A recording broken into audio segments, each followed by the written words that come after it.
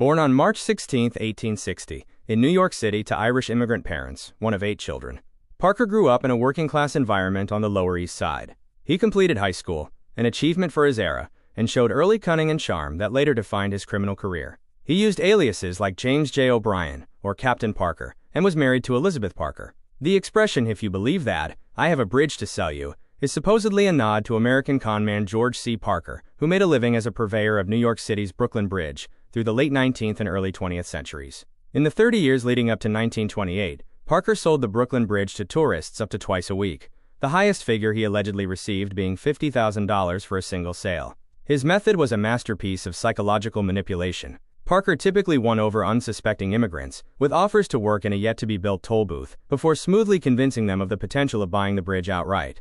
Occasionally, this resulted in police shutting down construction work from the confused victims who were trying to get their toll booths up and running.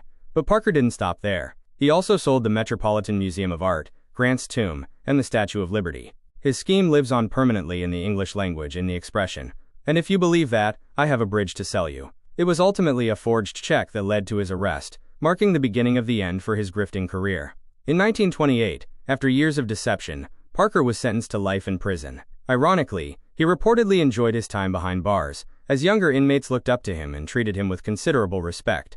A smooth talker with a dapper appearance, Parker preyed on hopeful newcomers unfamiliar with American property laws. He exploited the era's massive immigration waves through New York, where many dreamed big but lacked street smarts. His cons often involved fake for sale signs on structures or casual conversations, leading to exclusive opportunities.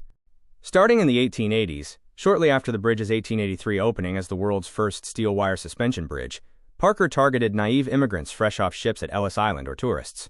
Posing as the bridge's owner/builder, he produced forged deeds and official-looking documents to sell it for sums from a few $100s up to $50,000. A fortune then. He pitched it as a lucrative toll booth opportunity. The bridge did charge tolls initially, convincing victims they could profit from crossings.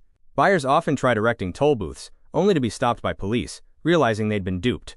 Legends claim he sold it multiple times a week for decades. Some exaggerated accounts say over 3,000 times total, though documented cases are fewer but repeated. Parker didn't stop at the Brooklyn Bridge. He sold other New York icons using similar tactics: the Statue of Liberty, Madison Square Garden, the Metropolitan Museum of Art, and even Ulysses S. Grant's tomb, posing as Grant's grandson to add legitimacy. He set up fake sales offices, forged papers, and charmed marks with promises of easy wealth from public landmarks he never owned. Parker was caught multiple times for fraud, larceny, forgery, and impersonating officials, including a prison warden or ship captain. In one 1908 incident, he escaped custody by calmly walking out of court wearing a stolen sheriff's coat and cap. After several convictions, New York's bombs laws, mandatory life for a 4th felony, caught up with him. In December 1928, at age 68, he was sentenced to life in Sing Sing prison for a $150 bad check case that triggered the repeat offender rule. He spent his last years entertaining guards and inmates with tales of his exploits, becoming oddly popular despite his crimes.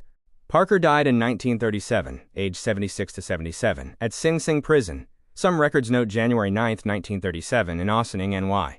His scams inspired warnings at Ellis Island, "You can't buy public buildings or streets," and cemented the enduring phrase, "If you believe that, I've got a bridge to sell you," as a symbol of skepticism toward too-good-to-be-true deals. He remains one of history's most infamous non-violent con artists, his story blending audacity, charm, and the exploitation of optimism in America's melting pot. George C. Parker's exploits are a classic tale of confidence tricks in the Gilded Age.